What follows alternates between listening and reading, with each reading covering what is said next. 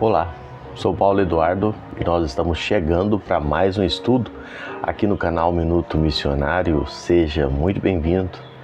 Muito obrigado por me acompanhar mais uma vez. Espero que Deus esteja abençoando a sua vida, guardando você e a sua família.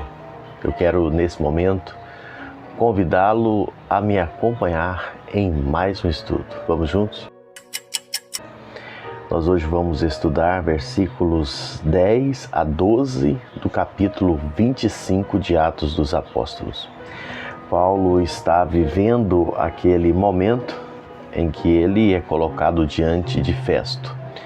Festo havia assumido como novo governador depois de Félix, e Festo está usando Paulo mais uma vez como massa de manobra, está usando Paulo como mercadoria para ter, como eu posso dizer, benefícios diante dos judeus, diante do Sinédrio.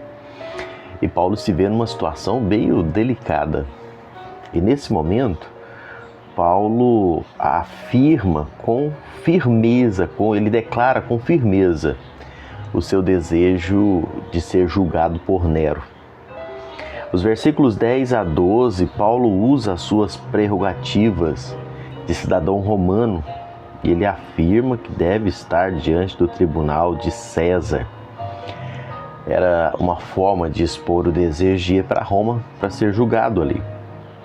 E ele afirma que ali ele poderia ser julgado de forma isenta e justa. E ele diz ainda aqui nesse texto bíblico que ele não tem nenhum temor, se for condenado à morte, de morrer ali. Mas ele não está disposto a ir até Jerusalém para agradar os interesses políticos do governador e nem de cumprir aqueles propósitos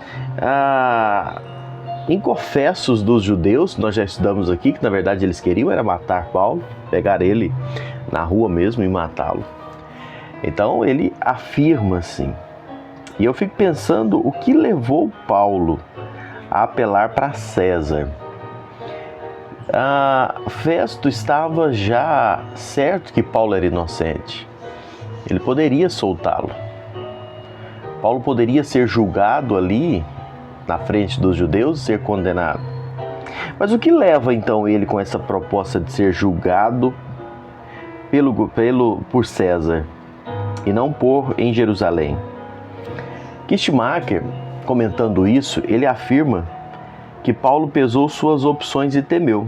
Ele pensou que Festo pudesse usar os membros do Sinédrio como seu conselho e dessa forma o processo não teria objetividade, talvez quisesse estabelecer ali boas relações com os judeus e ouvisse eles e condenasse Paulo. E o julgamento seria considerado injusto, Ele pensou também que Festo poderia liberá-lo, inocentá-lo. Mas ele pensa, imagina Paulo em Jerusalém, com tanto ódio por parte dos judeus, sendo inocentado, não teria mais a proteção da guarda romana, ele seria inocente, seria facilmente uma vítima daqueles judeus que haviam decidido matá-lo. Então, por essa razão, ele pede para ir para Roma.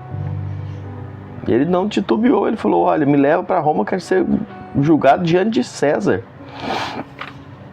Ao fazer isso, ele ainda acusa o governador de não saber fazer o seu serviço, Desmoralizou ainda o governador e ele não teve alternativa a não ser atender à vontade de Paulo, deliberando, em enviar para ser julgado diante de César em Roma. Com esse apelo, Paulo impedia o governador de se pronunciar um veredito sobre a inocência de Paulo. Depois de Paulo ter apelado, ele não podia mais dar nenhum veredito. O apelo para César dava a Paulo um status acima das perseguições, tanto do Sinédrio em Jerusalém quanto no tribunal de Festo em Cesareia. O Wisby, comentando isso aqui, ele diz que um tribunal romano não podia transferir uma causa para outro tribunal sem o consentimento do acusado. Por isso que Paulo não aceitou ir para Jerusalém e ele não pôde levá-lo. Isso era uma norma, era uma lei. Então Paulo, ao fazer essa escolha, apelou para César para salvar a sua vida. Isso iria levá-lo a Roma, como Jesus havia dito que ele iria. Não sei se você lembra, estudamos aqui anteriormente que Jesus já havia aparecido para ele, falado: olha, você vai para Roma. E por último, Paulo pensou na possibilidade de pregar lá em Roma para os membros da corte de Nero. Paulo, acima de tudo, pensava no Evangelho. Pensava na oportunidade que ele teria de pregar o Evangelho ali e talvez recebesse ainda o reconhecimento oficial do cristianismo. John Stott é da opinião que Festo não estava preparado para esse desdobramento. Ele não imaginava, John Stott diz, que poderia desenrolar dessa forma a história. E o que ele faria agora?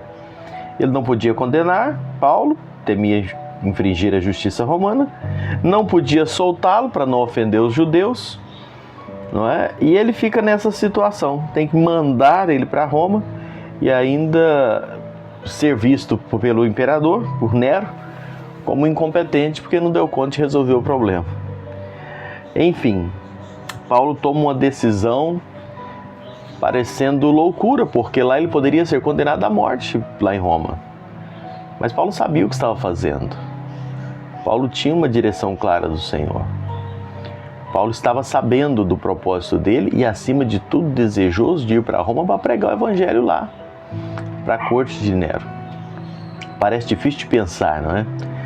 Mas isso nos faz entender como deve ser o nosso mover dentro da vontade do Senhor, na direção do Senhor, visando sempre Deus e a sua vontade em primeiro lugar.